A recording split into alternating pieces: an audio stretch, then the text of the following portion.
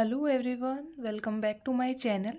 सो आज का हमारा टॉपिक है metamorphosis in amphibia.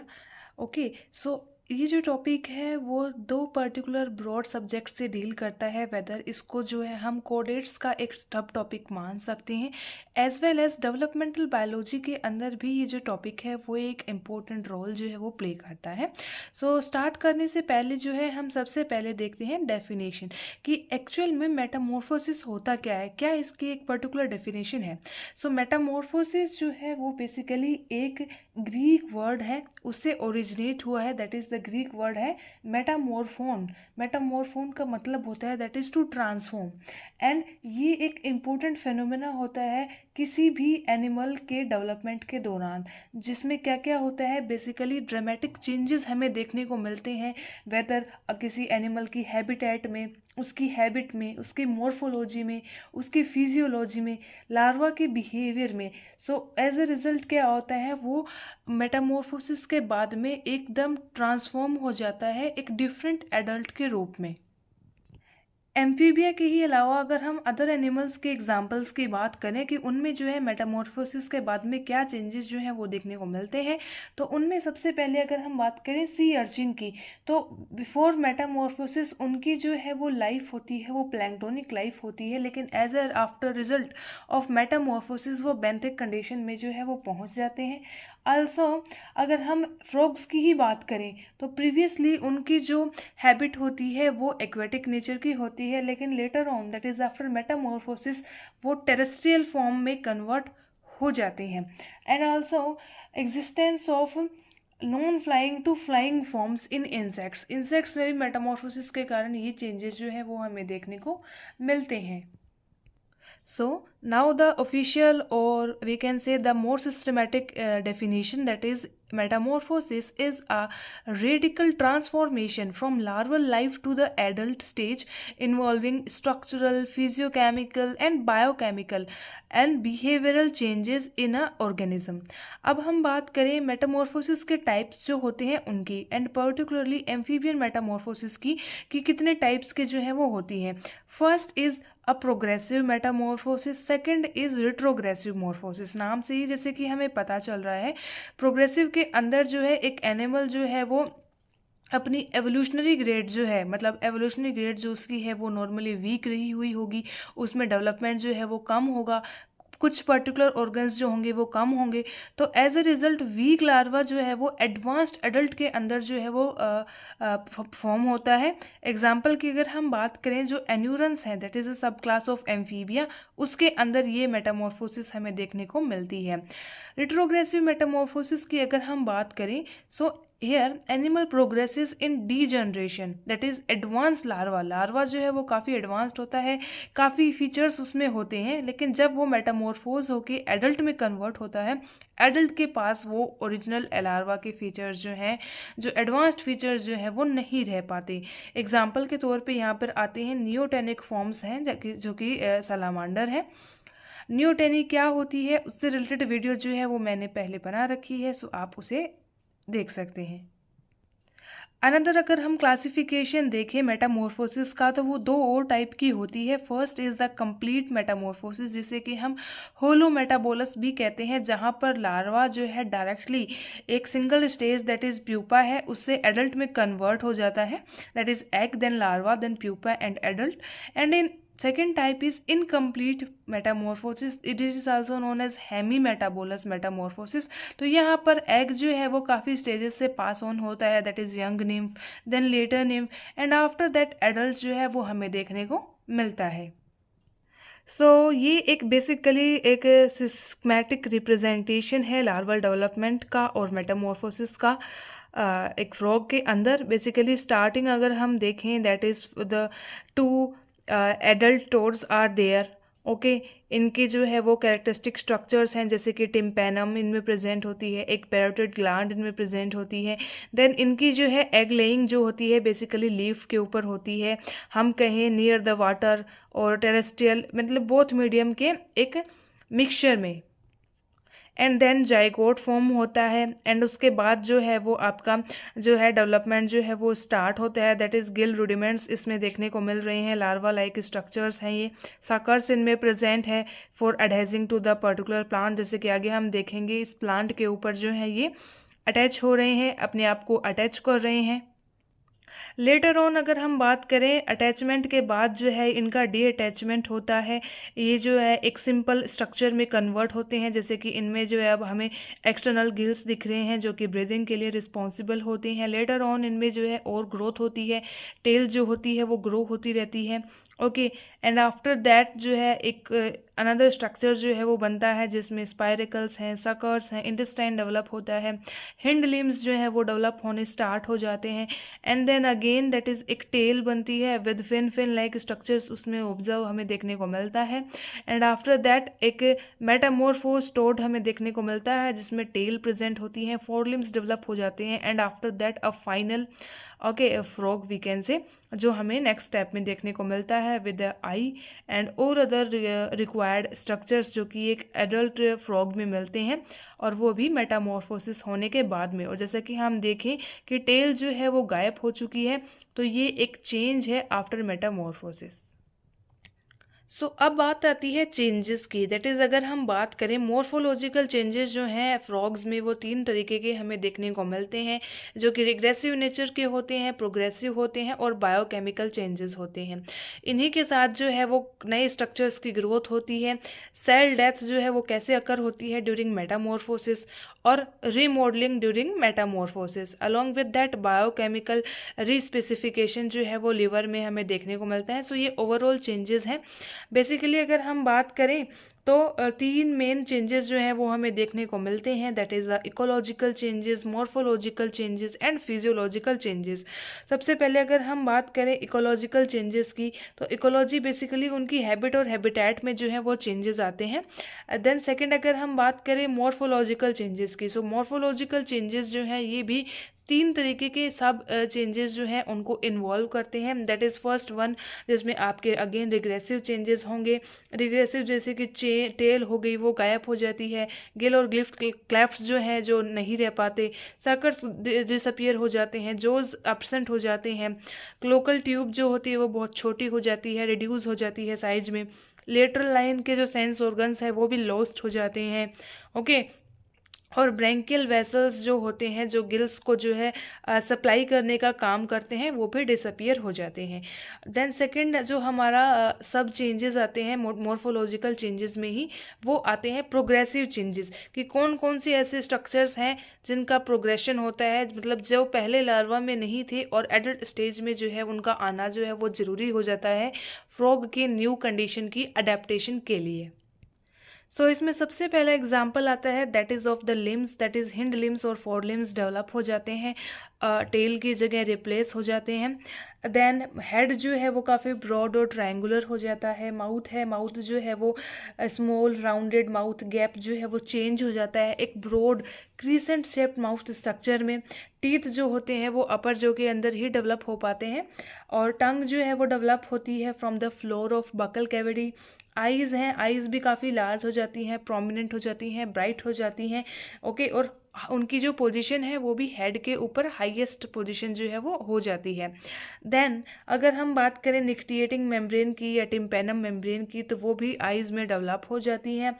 Middle ear या टिम्पेनम, सॉरी टिम्पेनम जो है it is related to middle ear, so it also develop. Okay, then hyoid apparatus जो है वो भी ब्रैंकियल गिल या आर्चेज जो हैं उनसे डेवलप होती हैं। लंग्स जो है वो एरियल ब्रीदिंग के लिए डेवलप हो जाते हैं। And the third sub we can say change that occur in the morphological changes, that is the remodelling of existing larval structure, कि कुछ ऐसे स्ट्रक्चर्स जो लार्वा में भी प्रेजेंट थे लेकिन उनकी जो है अब रीमॉडलिंग हो चुकी है। जैसे कि हार्ट है, हार्ट जो है अब वो क्या है, वो 3 चैम्बर हो जाता है और एक आइसोलेशन बना लेता है between the deoxygenated and the oxygenated blood. Then intestine है, तो अगर हम बात करें टैडपोल में, वो क्या है कि हर्बीवोरस नेचर का है, तो इंटेस्टाइन जो होती है वो काफ़ी लॉन्ग और कोयल होती है एक वॉच स्प्रिंग की तरह।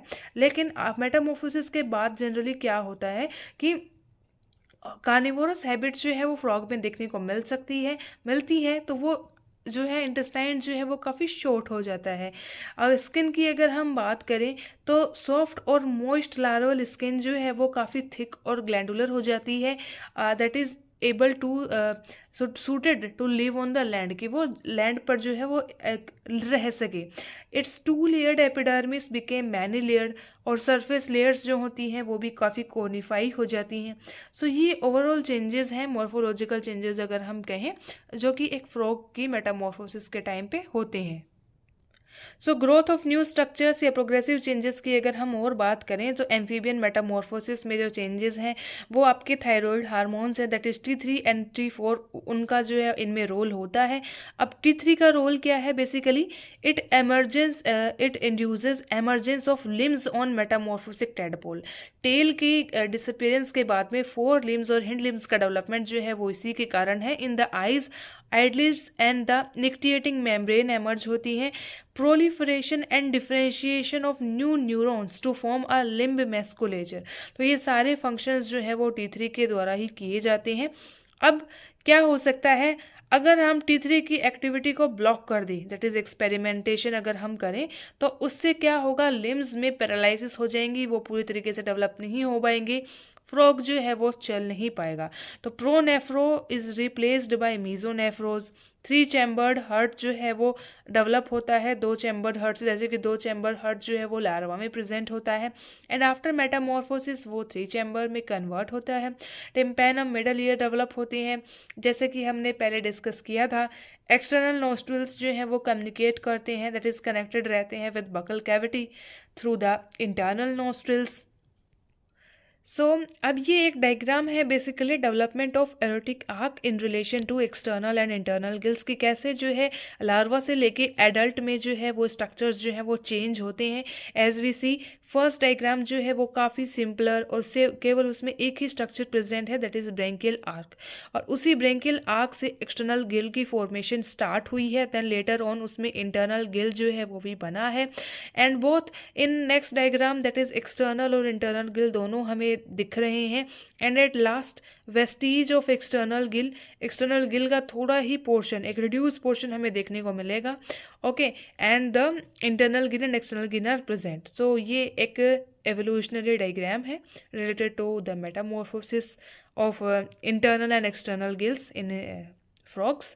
Then next is that is the cell death during metamorphosis, के मेटामॉर्फोसिस के टाइम पर सेल डेथ का क्या कंसेप्ट है?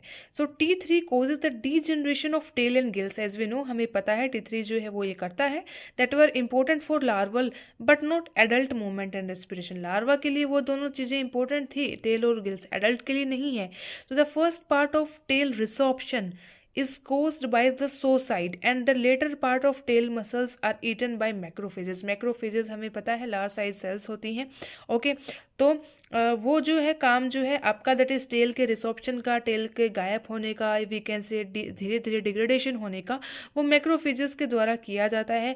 Tadpole RBCs are digested by macrophages of liver and spleen में जो मैक्रोफेजेस प्रेजेंट होती हैं उनके द्वारा वो ईटन कर दी जाती है। देन टैडपोल का जो हीमोग्लोबिन है वो रिप्लेस होता है बाय एडल्ट हीमोग्लोबिन, और एडल्ट का जो हीमोग्लोबिन है वो बाइंड करता है ऑक्सीजन को स्लोली और रिलीज भी करता है more rapidly, that is oxygen bind slowly होगी लेकिन रिलीज जो उसका है वो रैपिडली होगा, that is suited according to the terrestrial environment जिसमें आपका जो एडल्ट फ्रॉग है वो रहेगा। So this is again a diagram representing जो मेटामॉर्फिक चेंजेस आपके टेल में जो है वो देखने को मिलते हैं। सेलुलर चेंजेस हम कहें, फिजियोलॉजिकल चेंजेस कहें, कि एट अ अर्ली स्टेज और द लेटर स्टेज जो है आपकी कुछ प्रोलिफरेटिंग सेल्स डेवलप होती हैं, एपोप्टोटिक सेल्स जो हैं वो डेवलप होती हैं, सेल का प्रोलिफरेशन होता है। एक स्टेज पर आकर जो है वो आपकी सेल की डेथ जो है वो इंक्रीज हो जाती हैं, एंड लेटर ऑन जो है आपकी मसल्स दैट इज़ जो है आपकी फोर लिम्स और हिंड लिम्स का बनना जो है वो स्टार्ट होता है, और टेल जो है वो बेसिकली डिसअपियर हो जाती है। Then next step is that is the remodelling during metamorphosis. हमें पता है कि कुछ ऐसे ऑर्गन्स होते हैं, कुछ ऐसे स्ट्रक्चर्स होते हैं जिनकी रीमॉडलिंग होती है, वो नए एमर्ज नहीं होते, लार्वा में जो प्रेजेंट है उन्हीं से उनका जो है वो बेसिक प्रोलिफरेशन जो है वो होता है, जैसे कि development of the lungs and disappearance of gills and Gill pouch. Lower जो है वो एक बड़े मैंडिबल में जो है वो कन्वर्ट हो जाता है, जो कि एक कार्निवोरस एडल्ट को सूट कर सके उसकी उस पार्टिकुलर टेरेस्ट्रियल हैबिटेट से रिलेटेड। अगेन जैसे कि हमने इंटेस्टाइन की बात करी थी, वो रिप्लेस हो जाता है। नर्वस सिस्टम जो है वो हियरिंग के लिए और जो स्टीरियोस्कोपिक विजन है उसके लिए अडेप्ट हो जाता है, और लोकोमोशन के भी नए मेथड्स जो हैं वो डेवलप हो जाते हैं, क्योंकि एज वी नो कि अब उसकी हैबिटेट जो है वो बेसिकली टेरेस्ट्रियल है। स्किन अगेन, सो ये पॉइंट्स बेसिकली हमने डिस्कस कर लिए थे। बायोकेमिकल चेंजेस की अगर हम बात करें, टेडपोल्स में मेजर आपका रेटिनल फोटोपिगमेंट जो है वो पोरफायरोप्सिन होता है। मेटामॉर्फोसिस के टाइम पे क्या है, पिगमेंट जो है वो चेंज हो जाता है रोडोप्सिन में, जो कि टेरेस्ट्रियल और मरीन हैबिटेट दोनों के लिए सुटेबल है। टेडपोल का हीमोग्लोबिन अगेन चेंज हो जाता है टू एडल्ट वन। लीवर के एंजाइम्स चेंज हो जाते हैं, जैसे कि उसकी हैबिटेट में जो चेंज आएगा, जिस तरीके का फूड वो कंज्यूम करेगा उसके अकॉर्डिंग टेडपोल्स जो होते हैं वो अमोनोटैलिक होते हैं। दैट इज़ मोस्टली जो उनका एक्सक्रीटरी प्रोडक्ट जो होगा आपका वो अमोनिया होगा। As in case of adult frogs, that is we can say the rana tigrina, वो यूरियोडेलिक होते हैं बेसिकली।